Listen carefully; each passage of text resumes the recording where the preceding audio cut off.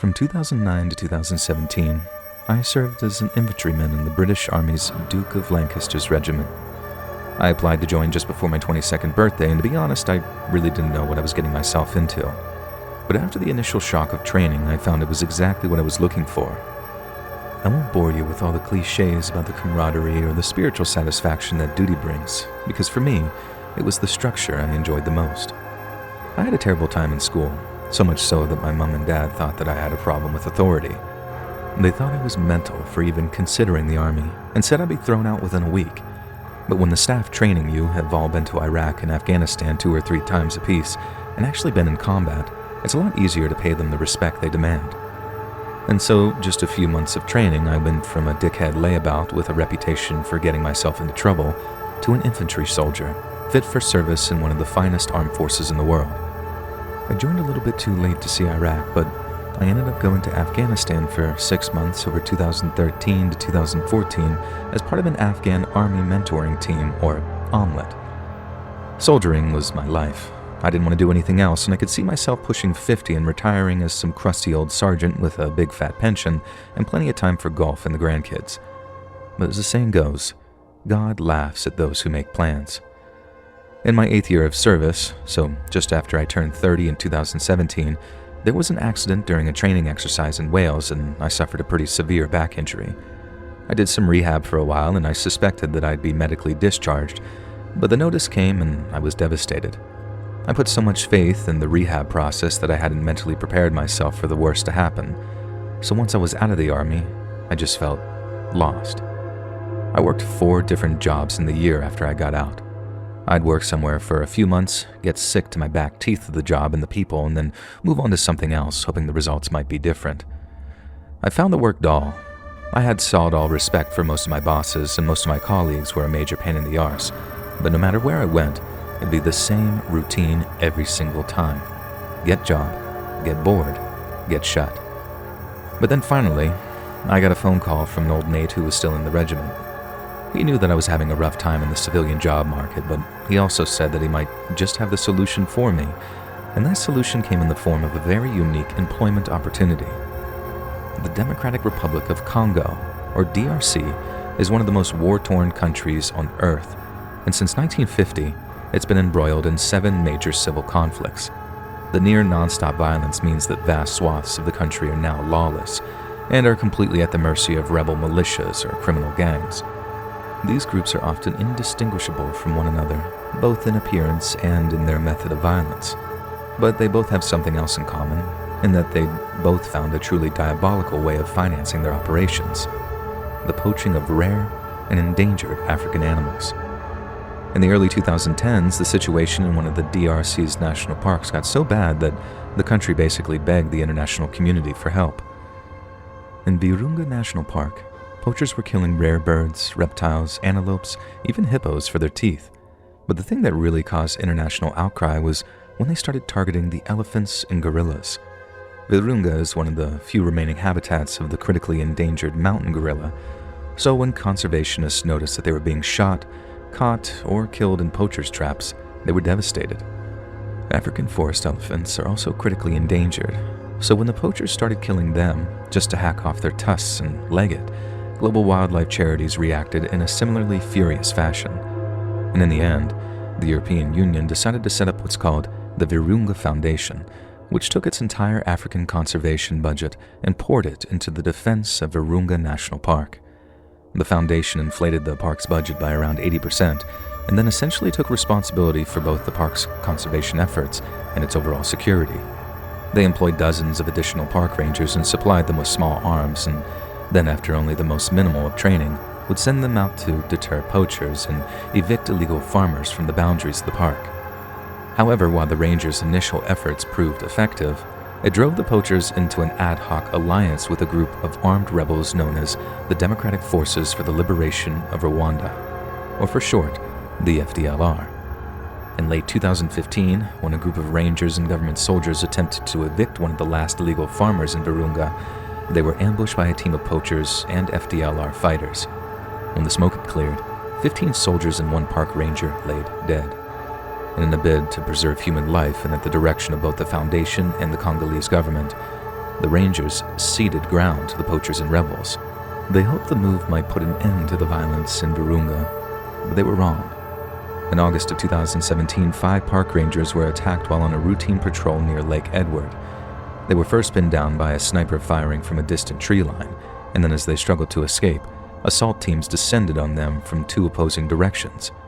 Ranger HQ sent a reaction force of rangers and Congolese soldiers to relieve them, but one by one, the rangers' radios fell silent, and by the time the reaction force reached their position, all 5 rangers were dead. And the same thing happened just a few months later during the spring of 2018 when 5 more rangers and a Congolese army driver were ambushed and killed. And this brought the total number of murdered rangers to a shocking 175. But, as in so many other similar situations, it didn't become critical until the region's tourism was affected. In May of 2018, 2 young British tourists named Bethan Davies and Robert Jesty were on a tour of Virunga when they were spotted by a group of rebels. The ranger charged with guiding them, a 25-year-old named Rachel Baraka, attempted to defend them, but was killed almost immediately as the rebels attacked their position. After a period of negotiation, along with rumors that an SAS hostage rescue team was en route to Virunga, Bethan and Robert were eventually released. But their kidnapping meant that in June of 2018, Virunga had to be closed until the safety of visitors could be ensured. And this, boys and girls, is how my job opportunity arose.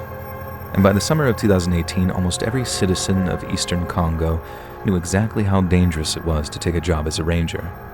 Reports regarding ranger casualties were being widely and frequently published, and it was common knowledge that taking on the poachers and rebels meant doing so with minimal equipment and manpower. In so many words, becoming a Virunga Park Ranger was practically a death sentence.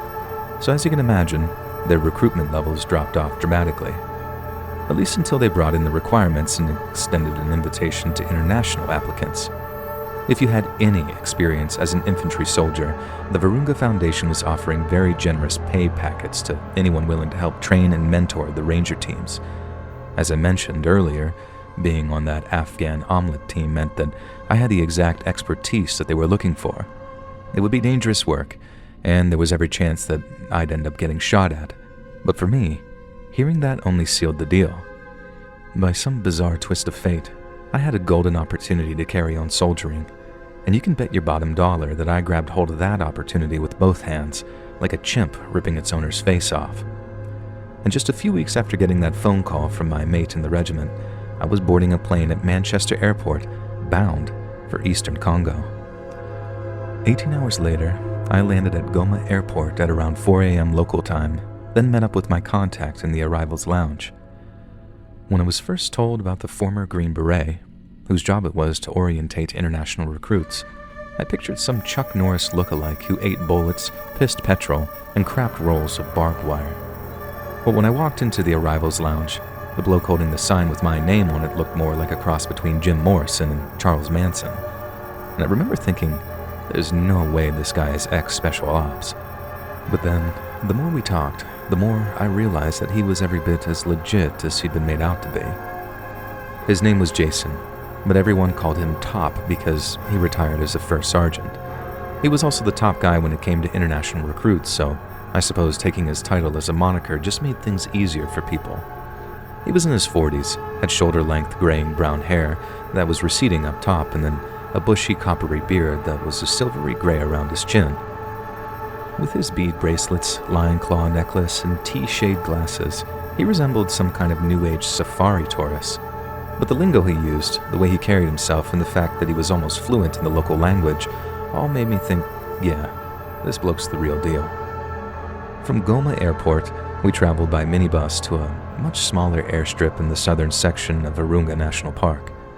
The journey took around 2 hours, giving Top and I plenty of time to get acquainted after he filled me in on what to expect. We'd be flying over Lake Edward before landing at a ranger base camp at a place called Ishango. There, I joined several other foreign volunteers in training and mentoring the rangers. But most importantly, I'd also be going on patrol with them, and going on patrol meant getting into scraps. Top made that abundantly clear to me. If I went on patrol, there wasn't merely a chance that I'd be exchanging fire with poachers or rebels. It was a certainty. and after arriving at the airstrip and taking to the skies in a small single-engine air taxi, I got a lesson in just how enormous Africa really is.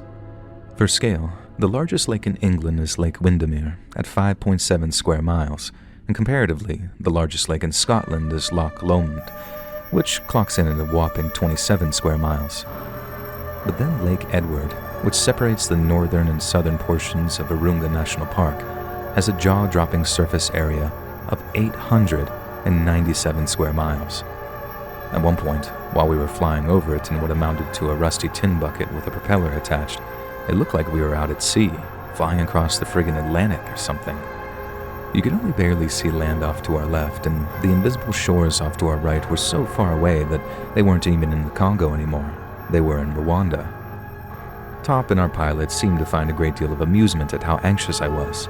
I'm ex-Army, not ex-RAF, but flying over Lake Edward was smooth sailing compared to our landing at Ashongo. It was still early morning when I arrived, but the camp was alive with activity. In one corner, nestled amongst some trees, were a grouping of small homes occupied by the 24 rangers which were permanently stationed there. The much newer volunteer accommodation was about 100 feet away on the other side of the solar panels which supplied most of our electricity. There was a mess hall, sanitation pits, wash facilities, and an armory, along with medical facilities, a comm center, and even a football pitch the blokes used for recreation. I remember being impressed by what amounted to a pretty decent setup, one that was much better than any of the forward operating bases I'd seen in Afghanistan. But what I was really excited to do was meet some of the lads I'd be working with. The first, and probably the bloke that I spent the most time with, was an Irishman. I'll just call him Paddy. Now, Paddy wasn't his real name, but as an Irish Army reservist, he didn't have the proper permission to take part in a foreign conflict. And that meant, should the Irish Army have found out what he was doing, he could have potentially gotten himself into a fair bit of trouble. He was a great soldier, a good lad, loved the crack, as they say, and he was a huge fan of English football too, so that gave us plenty to talk about right away. Then there was the ginger lad from Texas with the backward name.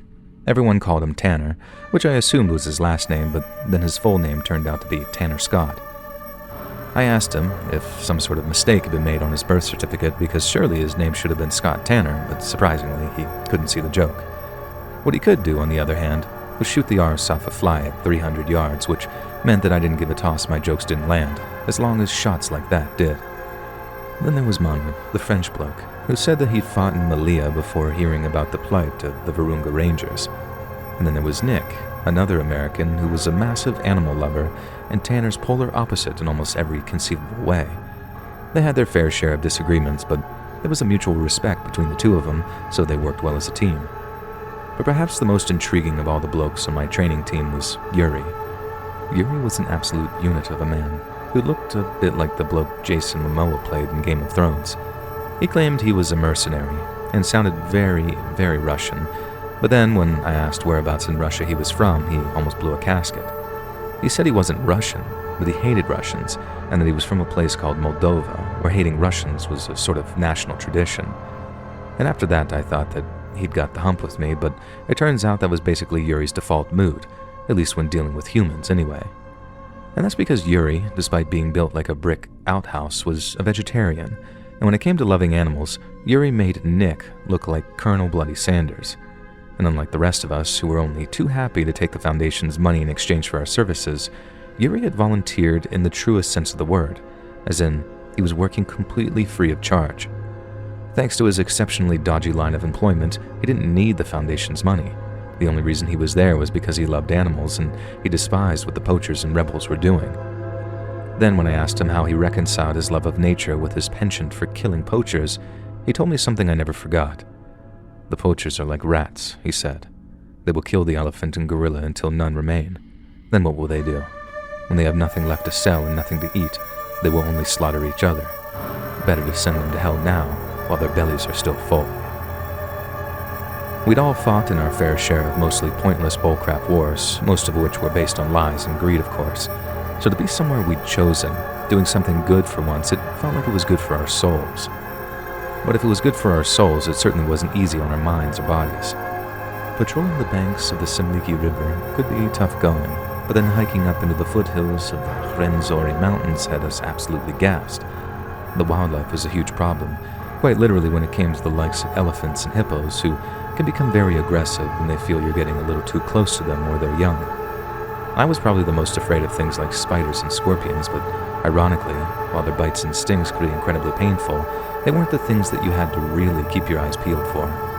It was the snakes, like the baboon viper, which posed the most significant threat to our well-being, mainly because they could be so well camouflaged among fallen leaves that by the time you do see them, it's far too late, and a routine patrol suddenly becomes a casualty evacuation, because you might just lose your leg, or arm, or whatever it's bitten, unless you get fast treatment.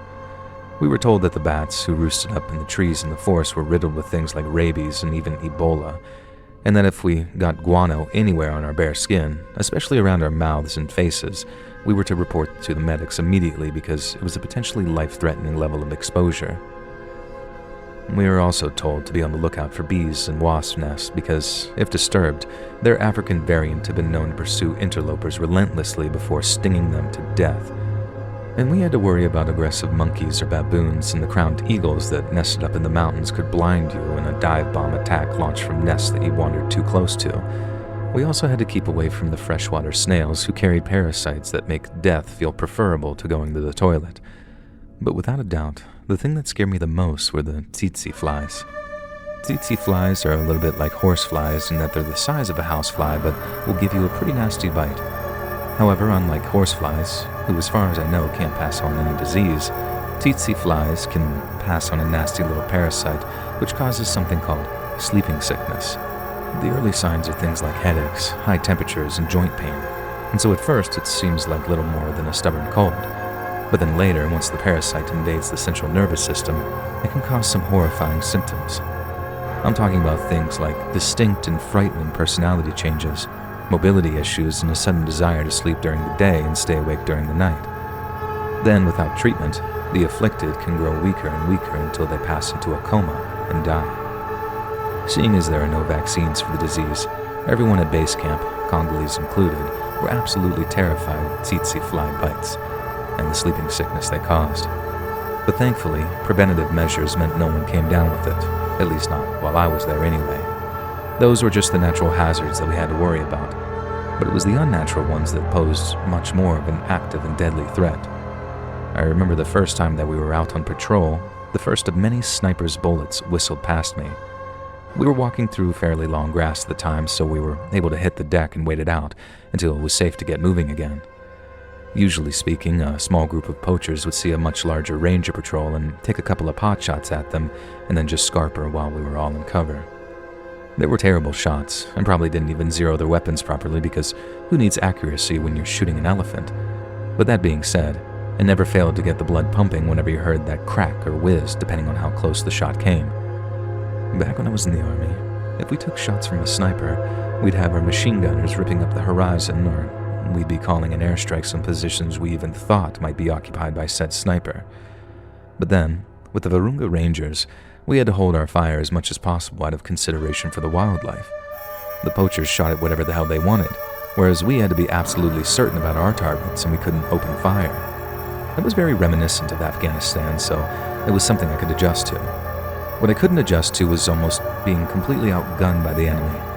The Rangers' armaments consisted of mostly AK variants, be they Chinese or Eastern Bloc, and then a few shotguns and scoped hunting rifles for close quarters or long-distance engagements. The poachers' rebel allies, on the other hand, were able to field light machine guns, rocket-propelled grenades, and even light artillery in the form of 82mm mortars. I'd had mortars fired at me in Afghanistan, so again, I knew exactly what to expect. But as it turned out, getting shelled in the Congo was a hell of a lot different than getting shelled in Afghanistan. I remember the first time it happened, we were patrolling the gentler slopes near the base of the Rwenzori Mountains, and this was always risky, as the heavily armed rebel group made the mountains their HQ. But it was a case of either putting on a show of force, or show we weren't afraid of them, or they'd take it as permission to run riot in the park's northern sector and lay waste to the many families of elephants who made it their home. So there were 14 of us walking up and down the slopes, me, Patty, and Tanner, then 11 Virunga Rangers. We hadn't had any trouble patrolling the forest, but then we had to clear quite a large area of mostly open ground to make sure that the poachers hadn't left any traps behind. We'd been plodding through this field of long grass for a few minutes when I suddenly heard what I thought was a light aircraft passing overhead. My eyes darted upwards, but despite the clear blue sky, I couldn't see anything flying in the air above me. But that thought must have lasted no more than half a second, because as I heard the noise take on that telltale descending drone of incoming ordnance, I knew what was coming. I just never heard a mortar shell scream like that as it came hurtling down towards me, and the sound it made was nothing short of petrifying. Afghanistan is a dry place, so when something flies down from the sky at you, it makes a very distinct hissing or whistling sound. But in the Congo, it was so damp that the humidity affected the sound of incoming shells. That dry hissing before something exploded was bad enough in Afghanistan, but the shriek those mortar shells made in the Congo made it feel like the rebels were firing freaking banshees at us. They'd scream this 3-second-long sphincter-puckering wail that sounded to us like, "We're coming to get you." And that, let me assure you, was somehow far worse than getting next to no warning at all. And then, unlike Afghan, there were trees everywhere for the mortars to smash into, and when they did, the explosion would send a shower of splinters into whoever was unlucky enough to be standing under said trees. I saw some pretty horrific injuries in Afghanistan, but nothing like what I saw in the Congo. All the Rangers wore soft covers, either khaki bush hats or their signature forest green berets. So when mortars or RPGs exploded in the trees above them, they were incredibly vulnerable to the shrapnel and splinters that came tearing down through the canopy. I saw a bloke with a splinter the size of my arm sticking out of his face. It severed his spine so severely that he'd essentially been internally decapitated as it drove its way into his body, the only mercy being that it was quick and relatively a painless death. Another ranger was not so lucky. A rebel RPG gunner scored a direct hit on the tree that he was taking cover behind. The warhead-shaped charge punched through the trunk like it was nothing and cut the ranger in half at the waist. It only managed to drag half of him out of the fight, and he stayed alive and in pain for a shockingly long time. The rest we had to leave for the animals. Nick, the bleeding heart American lad, took a bullet through the shin during a patrol along the river. It punched such a big hole through his leg that we thought that he was going to lose it, and as the massive, definitely not Russian Yuri tied the tourniquet around his leg and threw him over his shoulder in a fireman's carry, he was swearing and shouting, "My mom's going to be so mad at me." It's weird where your mind goes in moments like that. You take a bullet through the leg fighting poachers in Africa, but all you can think about is your old mom back home and what she's going to think about it. Not the months of surgery and rehab or the risk of infection. You think about your mom. But without a doubt, the scariest thing that happened when I was in the Congo happened towards the end of my 6-month stay. We were manning some listening posts out in the forest overnight, maybe 10 to 15 miles away from the mountains. It was something the Rangers had taken to doing in order to intercept the poachers who'd sneak down the mountains during the wee small hours of the morning before preying on animals at dawn. The tactic has proved very effective already, but they wanted to know if there was anything they could improve on in terms of positioning and procedure. So me, Patty, and Yuri ended up going out there with them one night. Nighttime in a war zone is always very frightening, and any little sound scares the shite out of you. Then, factor in that we were in Africa with all kinds of massive creepy crawlies skittering around our wee fighting holes, and it made for some pretty scary moments. But none more frightening than the time we got ambushed whilst in pitch darkness. We were in our fighting holes, all spaced out over 3/4 mile, when one of the Rangers started keying his radio handset. A soldier might do this if he suddenly spotted the enemy so close to him that he can't talk, or the enemy might hear him, so as you can imagine, we were expecting a scrap. But when it came, it wasn't the usual chaos we'd grown used to. It was surgical. One Congolese ranger got shot in the chest. Then when we all dived into cover, another ranger leaned out from the tree that he was hiding behind in the hopes of catching sight of a muzzle flash. But no sooner than he did, he took a bullet right between the eyes. That's when I realized whoever was shooting had some sort of night vision capability. They could see us, but we couldn't see them. It must have been like shooting fish in a barrel, to be honest. Rangers who exposed themselves to try and suppress the shooter were almost immediately cut down. Then as we all turned tail and fled, we were doubly exposed. As we ran, more and more of us fell, and for the first time, I was certain that the next bullet had my name on it. There were loud, blood-curdling cracks as bullets passed inches over our heads, and then ear-splitting screams or anguished grunts whenever one found its mark.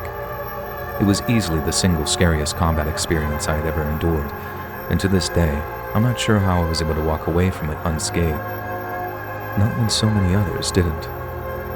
There were about 20 rangers manning the listening post that night. 20 men who converged on one position with the goal of overwhelming what we assumed was a much smaller force. But it was us that ended up getting overwhelmed. Of the 20 men that went out into the forest that night, only 6 returned, and unfortunately, Yuri wasn't one of them. He wasn't the first foreign volunteer to make the ultimate sacrifice for Virunga and its animals, and I doubt that he'll be the last. But he was the only man to give his life when I was there, so I imagine I'll remember him till the day I die. There were a few more incidents like that, men being inexplicably shot under the cover of darkness, and then one day they just stopped. We went back to owning the night again. The poachers and rebels didn't seem quite so bold anymore, and although that obviously made us all very happy, it left us asking a lot of questions. How had the rebels suddenly got their hands on night vision equipment? Then why had they suddenly opted not to use it anymore? They weren't exactly short of cash for the most part, and nor were they professional soldiers, so it was possible they'd bought themselves some expensive thermal imaging equipment only to break it through improper use or lack of maintenance. The theory swirled for a while, and then one day, Top, the coordinator for the foreign volunteers who met me at the airport, said he'd heard a chilling rumor on the SOF grapevine. Apparently, a group of Chinese mercenaries had signed a short-term contract to work somewhere in the Congo. The Chinese have been pretty heavily involved in sub-Saharan Africa for a while now, with their Road and Belt initiative, so it wasn't out of the question that a Chinese-based private military contractor were operating in the region. But when one ex-SOF guy heard that they were headed to North Kivu, exactly where the Virunga National Park is, he figured that was information we needed to know. Unfortunately, we got the news way too late, but as any soldier might tell you, that's something you get used to in a conflict zone. The thing I couldn't get my head around was the fact that we might well have almost been ambushed and killed by Chinese special forces, either former or serving. We'd heard rumors that the poachers had backing from wealthy Chinese smuggling outfits who were heavily invested in the importation of rare animal parts, but for the longest time, we'd considered it just that, a rumor, and nothing more. Yet what happened that night at the listening posts, as in the speed and precision with which we were ambushed, had made me a firm believer, and makes me think that there's a much more shadowy game being played. After I got home, I read a book about the Scramble for Africa, which was the rush by European powers to colonize the continent in the late 19th century. My intention was to learn more about the place I'd almost died in, but all it did was make me consider the present. It seems to me like there's a new scramble for Africa, and the intentions of the countries involved this time are around just as ill as those who took part in the first.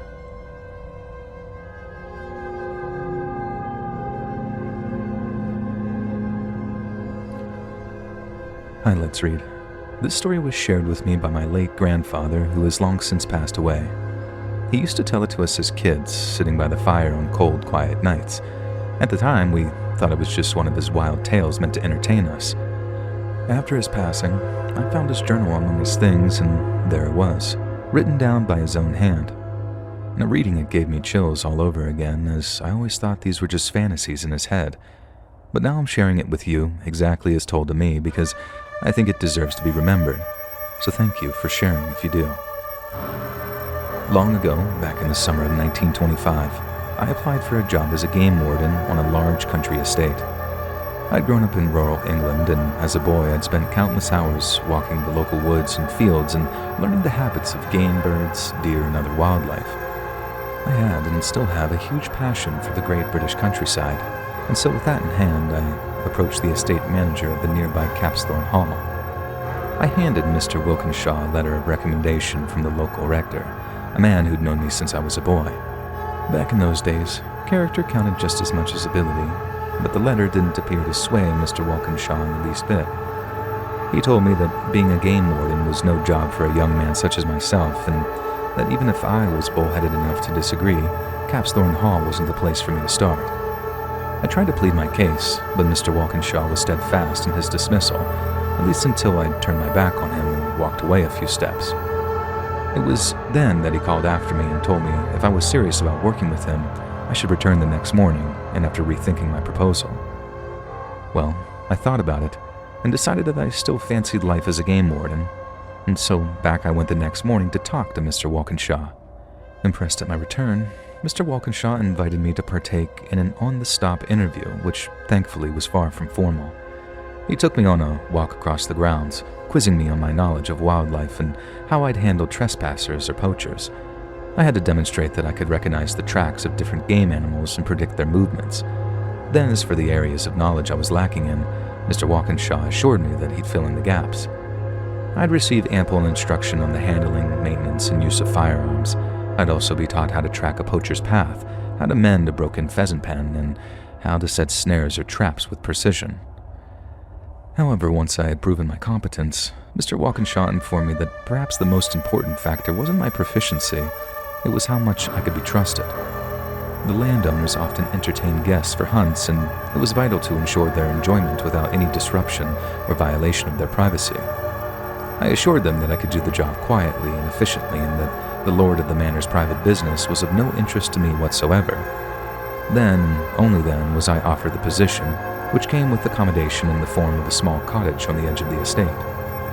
My duties began immediately, checking the pheasant pens, repairing fences, setting traps for foxes, and patrolling the grounds after dark. It was solitary work, but I got a great deal of satisfaction from it, ensuring the game thrived and that the estate remained secure. It became a matter of personal pride for me. But at the same time, the job wasn't without its challenges. Poachers were a constant threat, and dealing with them required firmness and tact. But in those early days, I relished the responsibility and the rhythm of life in service to the land. But reality was, I labored in ignorance of Mr. Walkinshaw's rather cryptic warning, as well as the estate's true nature.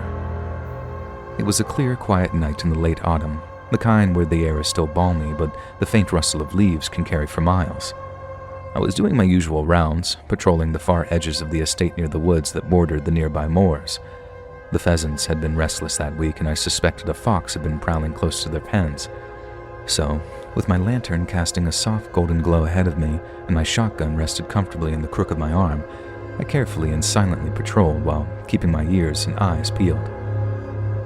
As I approached the old oak tree near the gamekeeper's path, I heard an unnatural sound coming through the trees. It wasn't the stealthy padding of a fox or the quick dart of a hare, but rather a low, guttural growl that made the hairs on the back of my neck stand on end. It came from the deeper part of the woods, beyond where my lantern could reach, and the moment I heard it, I paused, my grip tightening on the shotgun.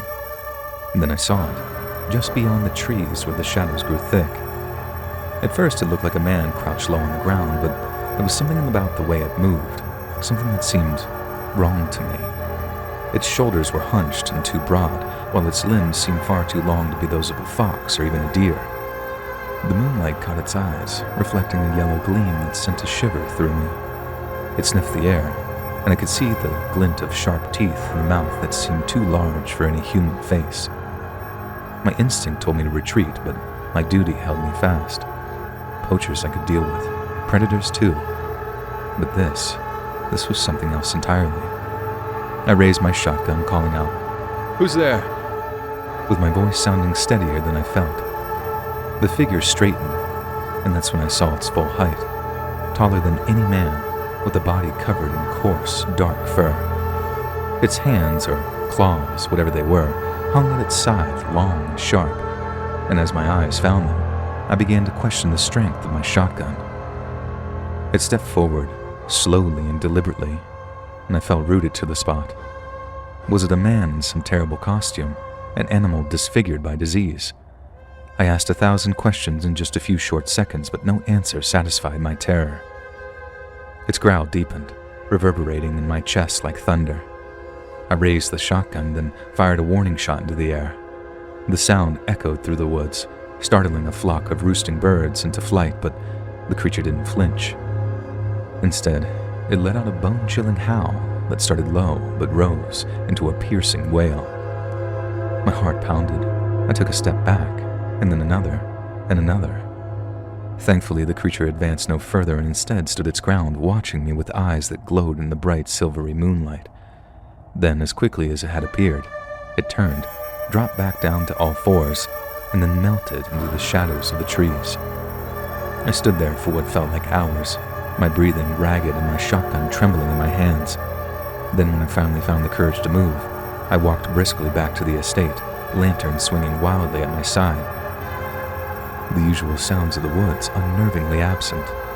The night felt heavier. I was not alone. The next morning I approached Mr. Walkinshaw and informed him of my nocturnal encounter. I had assumed his reaction would be incredulous, that he'd accuse me of drinking on the job or having far too fanciful an imagination. Yet he seemed so unsurprised by my report that I began to feel very unsettled. He told me that he too had experienced nocturnal encounters with such a beast, but that it was no threat to him or anyone else working at the estate. He said that, in a manner of speaking, the creature was Lord Capesthorne's pet, and that its ilk had called the estate home for centuries. Any encounter with one of the beasts was sure to put the fear of God into a man, yet he assured me that slaying it would bring untold woe to the estate and its holders. Trusting in his experience and expertise, I took Mr. Walkinshaw's word to heart. But every time I patrolled that part of the estate after dark, I carried a heavier lantern and extra shells, and a prayer whispered under my breath. Whatever that thing was, beast, man, or nightmare, it reminded me that some corners of the wild still belong to the unknown.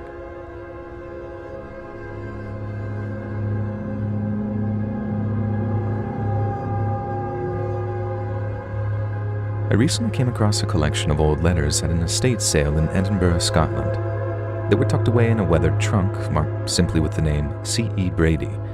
At first glance, I thought that they might be just routine correspondence from a different era, but as I began to read, I realized these letters told a very haunting story, and I thought the Let's Read audience might appreciate this chilling tale captured in these letters. I've transcribed them here exactly as I found them, and leaving it up to you to decide if they are simply the remnants of history, or maybe something more sinister. As I said, what follows is a series of letters, exchanged between several authors during the spring and summer of 1891. They provide us with an insight into the life and times of one Charles E. Brady, a world-renowned big game hunter from Scotland, as well as those of his assistant, Jack Thompson. And they read as follows. Government House, Livingston, North Rhodesia, the 20th of April, 1891. Sir, in service of Her Majesty Queen Victoria, it is with great respect for your extraordinary reputation that I take up my pen to write to you. Your feats in the wild places of Africa are the stuff of fable, and your name is spoken with admiration in the halls of both London and the colonies. It is therefore to you that I must turn in a matter of utmost urgency and peril. Reports have reached me of grave disturbances in the Luangwa Valley. A beast of no ordinary description has wrought havoc upon the local settlements, destroying crops, maiming livestock, and, lamentably, causing injury and loss of life among the native population. Those who have survived its wrath describe it as a lion of monstrous size and ferocity, though some accounts veer in the realm of the fantastic, suggesting a creature beyond the natural order. Such an affliction upon the people not only jeopardizes their lives and livelihoods, but also imperils the fragile stability of the region. I need not tell a man of your experience that fear and discontent left unchecked can fester into larger troubles. Given your unparalleled expertise in tracking and dispatching the great predators of the African wilderness, I implore you to lend your skill to this urgent endeavor. Your task, should you accept, will not be without danger, but I trust that your courage is equal to the challenge. I shall see to it that you're provided with a capable retinue, adequate supplies, and whatever provisions you might require for the journey. I am fully prepared to compensate you handsomely for your efforts, but I hope that the opportunity to once more test your mettle against nature's fiercest adversaries while rendering a noble service to the crown might also weigh in your decision. I await your reply with great anticipation and remain, sir, yours in earnest faith, Sir Arthur Ashbury, Governor of Northern Rhodesia. Camp on the Luang River, Northern Rhodesia, the 3rd of August, 1891. My dearest Margaret, I hope this letter finds you well, my love, and that our little ones are behaving themselves as I would expect. By now you'll have received my last note, sent from the ship, but I am writing to you now from deep in the heart of Africa, where the work I've been called to undertake has finally been laid bare. Margaret, it is no simple task that keeps me from your arms, but one of great peril, and if I succeed, one of great reward. I have come here to hunt a lion, but not just any lion. The beast is a terror, Margaret, a man-eater, prowling the Luangwa Valley in laying waste to everything in its path. It's already taken the lives of several poor souls and left the villages in fear. It's no ordinary creature, I can tell you that much. The natives speak of it in whispers, like it's a devil from the bush. And I won't lie to you, Margaret, it's dangerous work. This lion is clever and fierce, and the land here is nothing like I've ever seen before, wild and untamed. The nights are alive with the cries of beasts, and the air is thick with the scent of earth and fire. But Mr. Brady and I have been given a team of trackers who know the terrain, and I've got my rifle in good working order. If I'm careful and keep my wits about me, I'll see this through. The rewards, Margaret, are far more than I could ever hope for back home. The governor himself has promised a handsome sum for my service, enough to see us a good many winters and set the children on a fine path. This could be the opportunity we prayed for, Margaret, the one that lifts us from the scrape of life and into something better. I promise you this, I will return. 4 or 5 months at the most, and I'll be back to you in the wheels.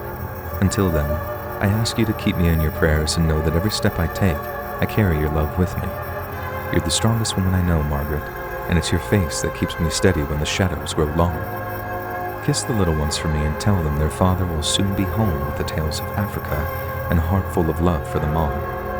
Yours now and always, Jack. Camp on the Luangwa River, Northern Rhodesia, 5th of August, 1891. To His Excellency Sir Arthur Ashbury, Governor of Northern Rhodesia, Livingston. Your Excellency, I write to you with a heavy heart and grave tidings from the field. Upon receiving your summons and undertaking this expedition, I arrived with high hopes of quickly addressing the threat posed by the man-eating lion terrorizing the Luangwa Valley. However, what I found at the appointed village of the Luangwa River was a scene of utter desolation. The village was silent, its only occupants the dead. The beast you spoke of had struck before my arrival, leaving a trail of destruction and grief. Several bodies lay scattered, showing unmistakable signs of a lion's ferocious attack. Among them, I regret to inform you, was the man you appointed as my contact, a fine fellow, I am sure, who tragically fell victim to the creature's savagery. The surviving villagers, in their terror, have fled to seek safety further afield, leaving the settlement abandoned. This turn of events leaves me at a crossroads. With no fresh intelligence on the lion's whereabouts, I find myself compelled to return to my camp downriver and await further reports of its movements. It is my hope that the beast's next appearance will be met with swift action, but it troubles me deeply that its rampage may cause further suffering before I am able to bring it down. The lion's cunning is unlike any predator I've encountered in all my years of hunting. It is methodical, striking where it senses weakness and retreating before it can be caught. The terrain of this valley, though breathtaking in its beauty, provides ample cover for such a creature to stalk unseen. I will need every ounce of patience and skill to track it to its lair and end its reign of terror. I shall remain vigilant, Your Excellency, and send word as soon as new developments arise. It is my solemn vow that I will not leave this valley until the lion has been dealt with and the peace of its people restored. I only pray that the cost of lives and livelihood may be kept to a minimum during the time it takes to finish this grim task. I shall send updates as regularly as possible, though the isolation of this region makes communication difficult. Rest assured, I am dedicated to this endeavor and will see it through to the very end. Yours in service to the Crown, Charles E. Brady, Big Game Hunter and Explorer. Camp at Luangwa Fork, Northern Rhodesia, 14th August, 1891. My dearest Margaret, I pray this letter reaches you safely, though I fear its contents may cause you distress. I write with a heavy heart, for this expedition has taken a dire turn.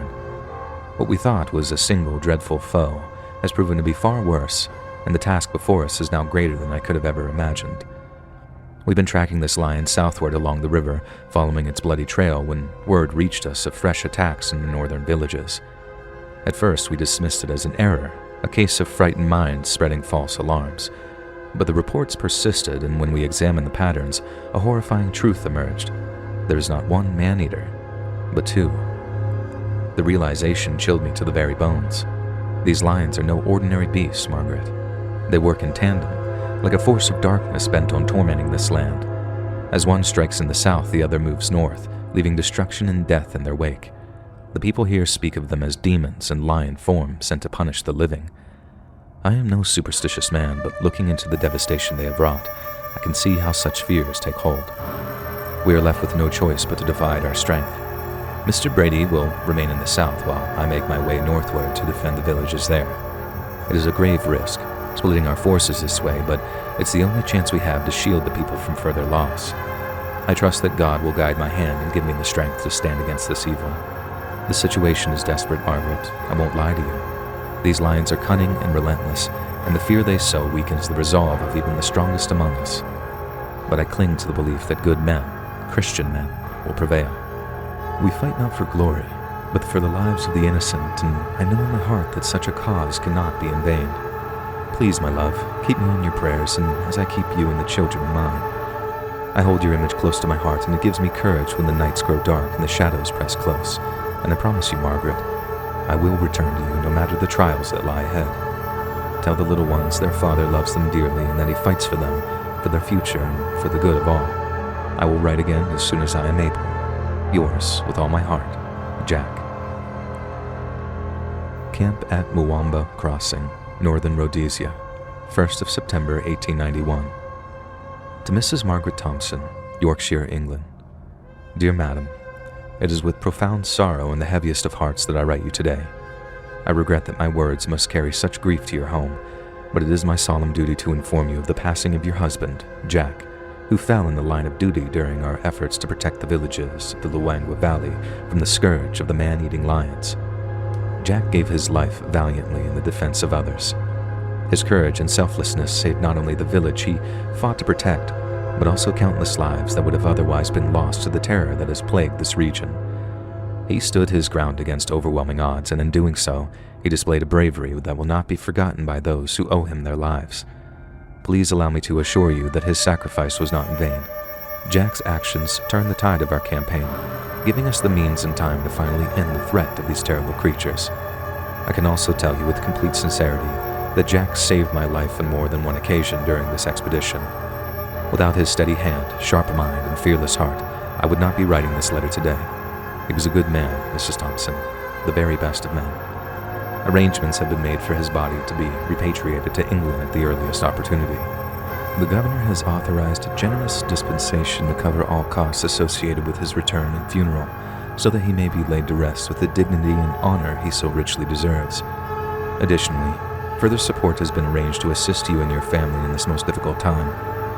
Though words may never ease the pain of such loss, I hope you will take some solace in the knowledge that your husband's sacrifice was made in the service of others, in defense of the innocent, and for the greater good. His actions were those of a hero, and his memory will endure not only in your hearts, but also in the hearts of those he saved. Should you wish, I would be honored to share more about his deeds and bravery during these dark days. He spoke often of you and the children, and it was clear that his love for you gave him strength in the face of danger. Please accept my deepest condolences and know that you and your family are in my prayers. Your humble servant, Charles E. Barkley. Hey friends, thanks for listening. Click that notification bell to be alerted of all future narrations. I release new videos every Monday and Thursday at 9 p.m. Eastern Time, and there are super fun live streams on Sundays and Wednesday nights. If you got a story, be sure to submit them over email at letsreadsubmissions@gmail.com and maybe even hear your story featured on the next video. And if you want to support me even more, grab early access to all future narrations and bonus content over on Patreon, or click that big join button to hear about the extra perks for members of the channel.